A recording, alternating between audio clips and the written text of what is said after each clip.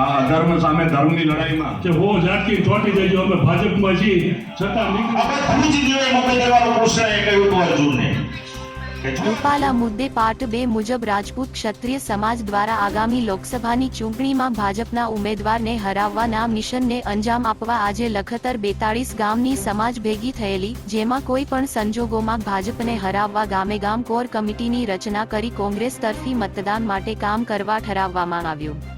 નાશ કરવો હશે તો તું તૈયાર થઈ જા, અને એ ગીતાનો સાર સંભળાવીને અર્જુનને તૈયાર કર્યો. એમ આજે એ વખતે પણ મેં સભાને સંબોધન કર્યું હતું. આ બીજી વાર અહીંયા લખતરમાં કરી રહ્યો છું, પણ તક તો બદલાઈ ગયો છે. એ વખતે ભાજપને મત દેવા માટે કર્યું હતું, અને આ વખતે ભાજપની વિરુદ્ધમાં મતદાન કરવા માટેનું આ સંમેલન. પછી ગઢવી સમાજના માણસો હતા, ચારણ સમાજના માણસો હતા, લુહાણા સમાજના માણસો હતા, જુદા જુદા દરેક સમાજના માણસો એ પક્ષમાં હતા, અને બધાએ તન મન ધનથી ટેકો દીધેલો છે. આપણે લખતર તાલુકામાં હમણાં ભાઈએ વાત કરી મેદાનમાં આગળ આવી હતી. ભલે જય માતાજી.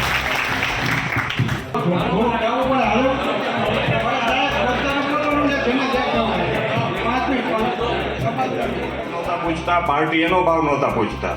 અત્યારે એ ચક્કર ઊંધું હાલે. કોને તૈયાર કર્યા છે? આપણા સમાજના રાજકીય અગ્રણીઓને.